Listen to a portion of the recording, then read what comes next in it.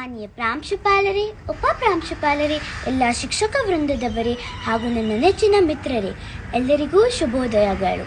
ಈ ದಿನದ ಚಿಂತನೆ: ಗರ್ವದಿಂದ ಮಾಡುವ ಭಕ್ತಿ ದ್ರವ್ಯದ ಕೇಡು, ನಡೆಯಿಲ್ಲದ ನುಡಿಯು ಅರವಿಂಗೆ ಹಾನಿ, ಕೊಡದೇ ತ್ಯಾಗಿ ಎನಿಸಿಕೊಂಬುದು ಮುಡಿಯಿಲ್ಲದ ಶೃಂಗಾರ, ದೃಢವಿಲ್ಲದ ಭಕ್ತಿ ಒಡೆದ ಕುಂಭದಲ್ಲಿ ಸುಜಲವ ತುಂಬಿದಂತೆ, ಮಾರಯ್ಯ ಪ್ರಿಯ ಅಮರೇಶ್ವರ ಲಿಂಗವ ಮುಟ್ಟದ ಭಕ್ತಿ.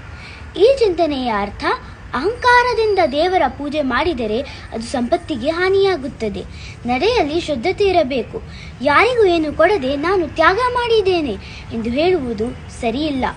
ಅದು ಕೂದಲಿಲ್ಲದೆ ಶೃಂಗಾರ ಮಾಡಿಕೊಂಡಂತೆ. ದೇವರಲ್ಲಿ ಭಕ್ತಿ ದೃಢವಾಗಿ ಇಲ್ಲದಿದ್ದರೆ ಅದು ಒಡೆದ ಕುಂಭದಲ್ಲಿ ಶುದ್ಧ ನೀರು ತುಂಬಿದರೆ ನೀರು ನಿಲ್ಲದೆ ಹೇಗೆ ಸೋರಿ ಹೋಗುತ್ತದೆಯೋ ಅದೇ ರೀತಿ ಭಕ್ತಿಯು ವ್ಯರ್ಥವಾಗಿ ಹೋಗುತ್ತದೆ ಎಂದು ಆಯ್ದಕ್ಕಿ ಲಕ್ಕಮ್ಮ ಹೇಳಿದ್ದಾರೆ.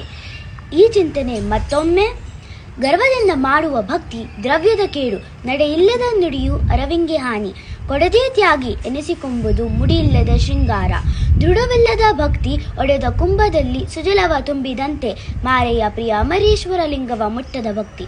ಧನ್ಯವಾದಗಳು.